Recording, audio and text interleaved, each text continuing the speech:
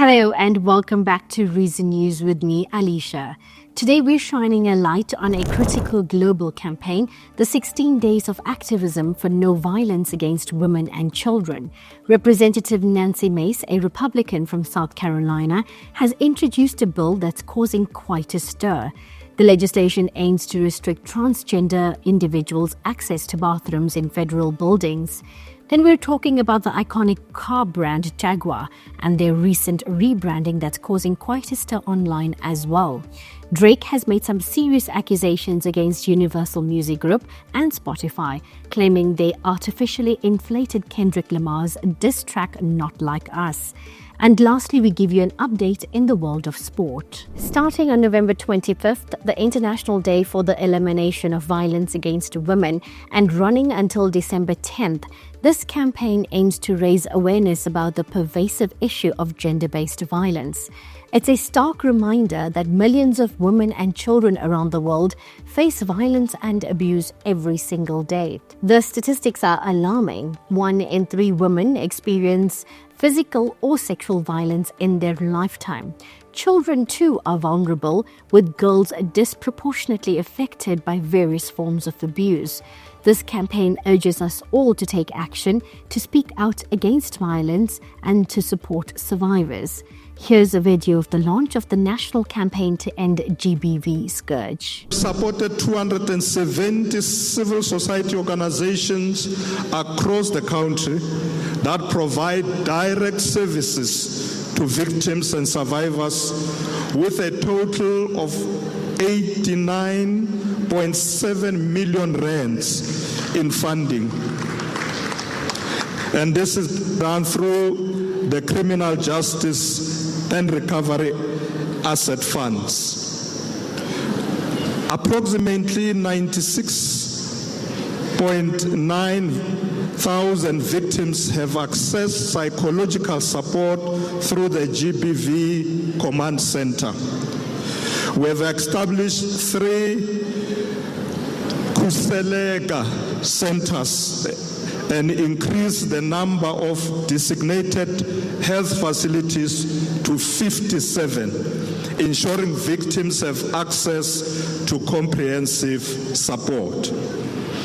The number of Tutuzela care centers in South Africa has been increased to 65 through partnerships with civil society and the private sector.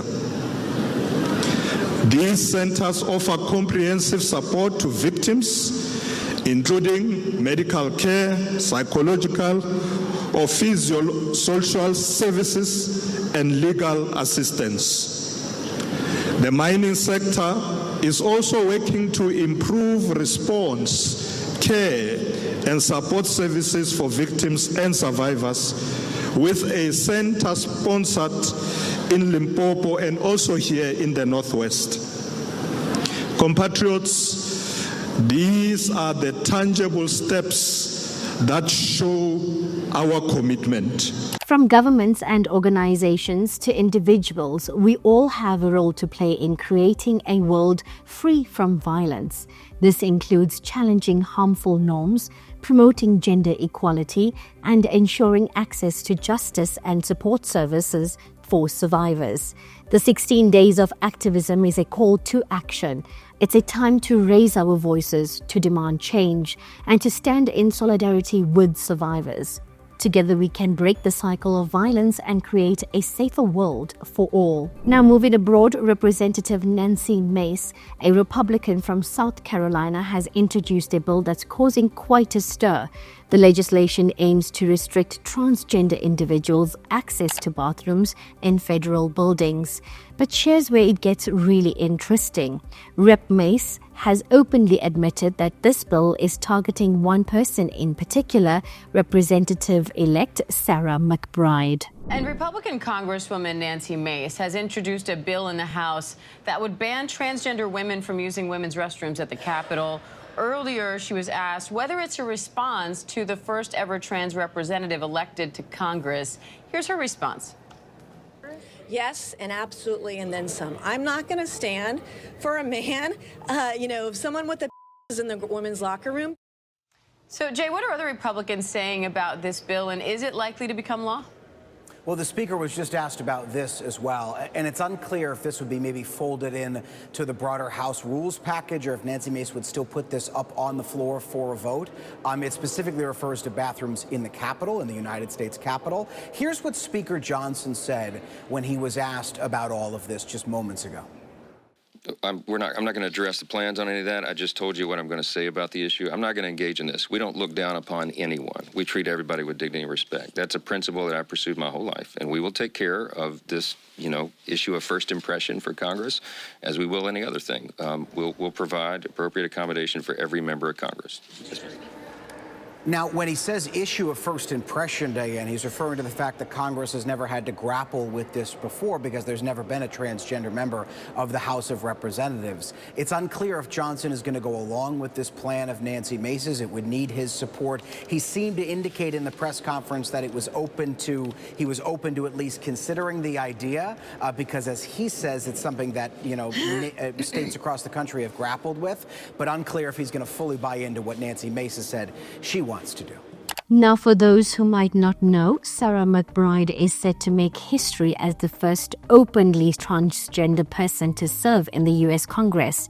She's a Democrat from Delaware who won her election with a strong majority.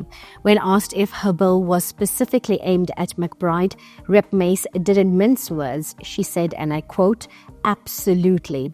This admission has sparked intense debate about the ethics and legality of targeting legislation at a specific individual, especially one who hasn't even been sworn into office yet. Well, it's clear that this story is far from over.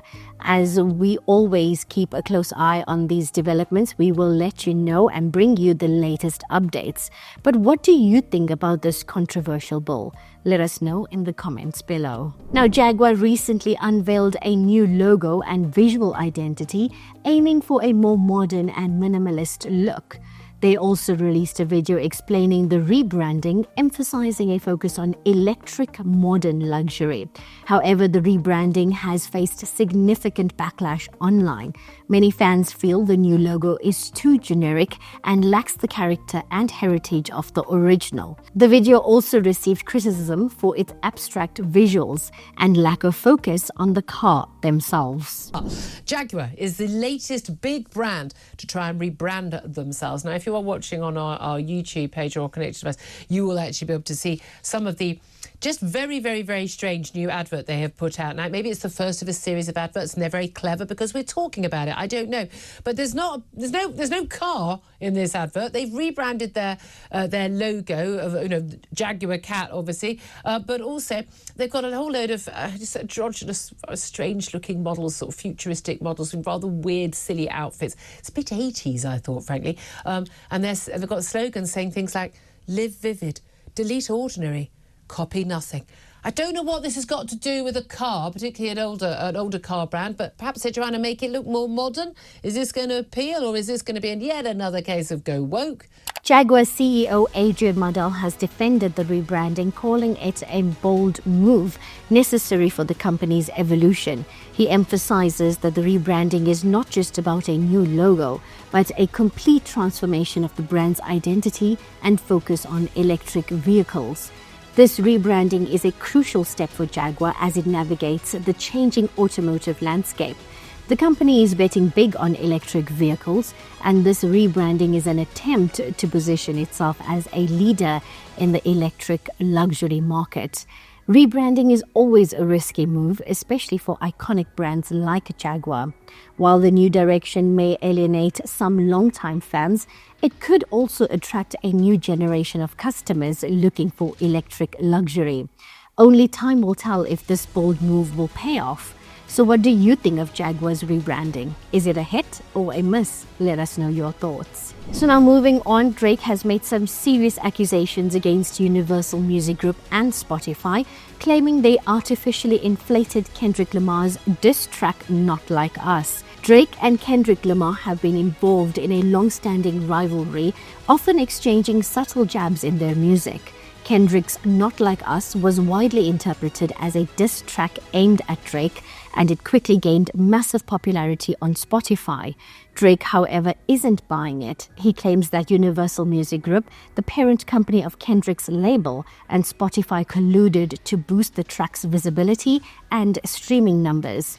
He alleges that this was done to create the illusion that Kendrick's diss was more impactful than it actually was. Drake maybe did one of the most humiliating live streams of all time. Because seriously, everything that could have went wrong in something like this did. Now, before we look into how this moment was just a sheer and utter disaster for Drake, and how still Kendrick Lamar, without even trying, is destroying Drake's career, be sure to leave a like and subscribe, it helps me out a ton. And so now with this hysterically embarrassing moment from Drake with seemingly every move he made on this stream, he just kept reminding everyone of all the beef he has been involved in, and as a result, all of the embarrassment and losses he has taken. And this is because from Kendrick Lamar to other artists he has been at odds with in some capacity, he just never stopped yapping about all the other people in the music industry that he doesn't like. And he just did this in the most pathetic way you would ever think a rapper of his stature would. Because in of itself, a hip-hop artist in this time where his back is against the wall and his rivals like Kendrick Lamar are doing all-time great things. Seeing somebody who has called themselves the best MC ever just sit in a chair on a stream instead of trying to find ways to save his image through his bars is just the most anti-hip-hop thing we have ever seen. So far, Drake hasn't provided any concrete evidence to support his claims. This has led many to question whether these accusations are just a case of sour grapes. Universal Music Group and Spotify have yet to officially respond to Drake's allegations. However, industry insiders have expressed skepticism about Drake's claims, suggesting that it's unlikely that two major players like UMG and Spotify would risk their reputation for such a move. This controversy raises important questions about the power dynamics in the music industry and the influence of streaming platforms. Are artists at the mercy of labels and streaming giants? Can these entities manipulate the popularity of songs and artists? So what do you make of this whole situation? Do you think Drake's accusations hold any weight, or is this just a desperate attempt to save face? Let us know your thoughts in the comments below.